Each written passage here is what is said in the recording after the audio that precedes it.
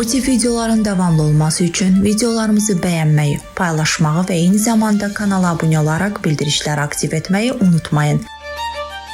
Yeni elmi araşdırmalar göstərir ki, ürək dayandıqdan sonra beyin fəaliyyətini dərhal və tam şəkildə itirmir.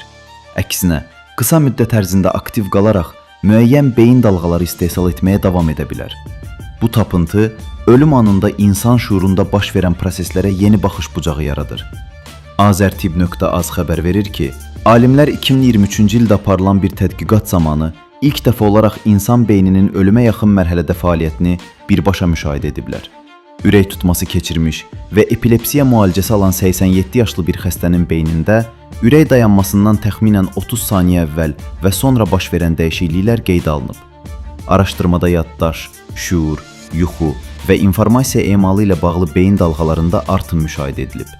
Bu dalğalar insanın yuxu gördüyü və ya keçmiş xatirələrini xatırladığı zaman yaranan beyin fəaliyyətinə bənzəyir.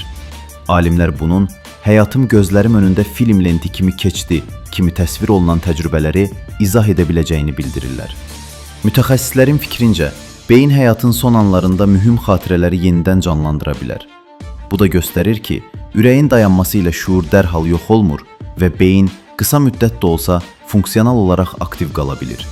Tədqiqatın yalnız bir hal üzərində aparıldığı vurğulanır və nəticələrin ümumiləşdirilməsi üçün daha geniş araşdırmalara ehtiyac olduğu qeyd edilir.